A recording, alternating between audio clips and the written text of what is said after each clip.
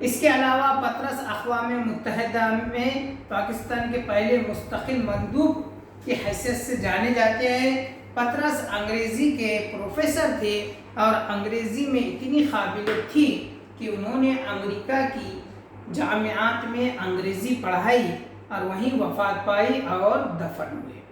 دیکھیے اردو میں تو یہ بہت مشہور ہے، لیکن کہہ رہے ہیں کہ ان کی انگریزی بھی کیسی تھی؟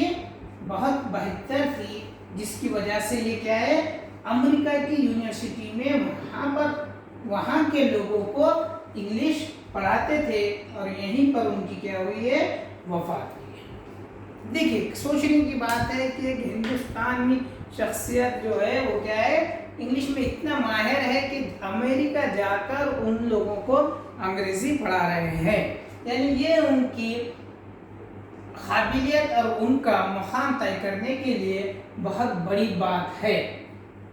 چلیے اب ان کی ابتدائی زندگی کے بارے میں دیکھتے ہیں۔ تو کہا گیا ہے کہ پطرس بخاری 1 اکتوبر 1898 عیسوی میں پشاور میں پیدا ہوئے، یعنی پاکستان میں۔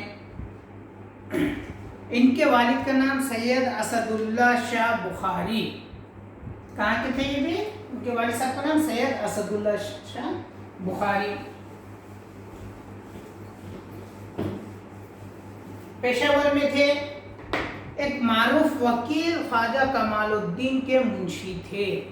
ان کے والد صاحب کیا تھے؟ ایک بہت بڑے وکیل تھے، تو خواجہ کمال الدین کے نام سے ان کے پاس منشی بن کر کام کرتے تھے۔ اس زمانے کے رواج اور خاندانی روایات کی پاسداری کرتے ہوئے پطرس بخاری کو گھر پر ناظرہ قرآن پاک پڑھایا گیا۔ دیکھیے خاص ایسے مکتب وغیرہ تو نہیں تھے اس میں جو ایسا آج ہم دیکھتے ہیں، لیکن گھر پر ہی ان کا ناظرہ بھی کیا گیا اور قرآن شریف کو پڑھایا گیا۔ فارسی کی تعلیم ضروری خیال کی جاتی تھی، اس لیے صفوت المصادر کے ذریعے فارسی زبان کے قواعد کی باقاعدہ تعلیم دی گئی۔ دینی اور ثقافتی بنیاد فراہم کرنے کے بعد والد نے آنے والے دور کے تقاضوں کو بھانپتے ہوئے دوستوں اور خیر خواہوں کے اعتراضات کی پرواہ نہ کرتے ہوئے 9 سالہ پیر احمد شاہ، اس میں پورا نام کیا کہا گیا؟ پیر احمد شاہ،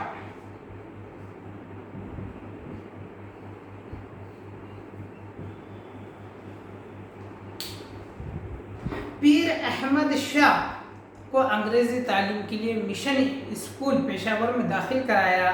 مشن اسکول میں داخلہ ہوتی ہی انہوں نے انگریزی نظمیں زبانی یاد کرنا شروع کر دی۔ اس زمانے میں انگریزی کے استاد انگریز ہوتے تھے جو بچوں کے تلفظ کا خاص خیال رکھتے تھے۔ احمد شاہ کی آواز، انگریزی لہجے اور خوبصورت تلفظ کے سبب ان کی انگریزی نظم خوانی پر اساتذہ خصوصی توجہ دیتے تھے۔ اس طرح انگریزی ادب سے مانوسیت نے دلی لگاؤ کی کیفیت پیدا کر دی اور مشن ہائی اسکول میں تعلیم کے اعلیٰ معیار پر پورا فائدہ اٹھایا۔ 1913 میں یعنی 15 برس کی عمر میں میٹرک میں اعلیٰ نمبروں سے کامیابی حاصل کی۔ والد صاحب نے انہیں 1914 میں گورنمنٹ کالج لاہور میں داخلہ دلایا، اور جہاں وہ ابتدا میں شرمیلے، کمگو اور ہوشیار طالب علم کی حیثیت سے ابھرے، جہاں انہوں نے 1916 سے 1922 تک تعلیم حاصل کی۔ پہلی مشن اسکول میں پشاور میں ہی کرے، پھر بعد میں کریں کہ گورنمنٹ کالج آف لاہور سے انہوں نے باقی کی تعلیم حاصل کی۔ اعلیٰ تعلیم کے لیے انہوں نے کہ کیمبرج یونیورسٹی کا انتخاب کیا اور کیمبرج یونیورسٹی کے امانویل کالج میں انگریزی ادب میں ٹریپوس کی صنعت، یہ پہلے کورس ہے اس پہ ARIPOS ٹریپوس کی صنعت اول درجے میں حاصل کی اور امانویل کالج کے سینئر اسکالر منتخب ہوئے۔ وہ جنوبی ایشیا کے دوسرے طالب علم تھے جس نے انگریزی ادب میں اول درجے میں صنعت حاصل کی۔ دیکھیے اس دور میں بھی کیا ہے،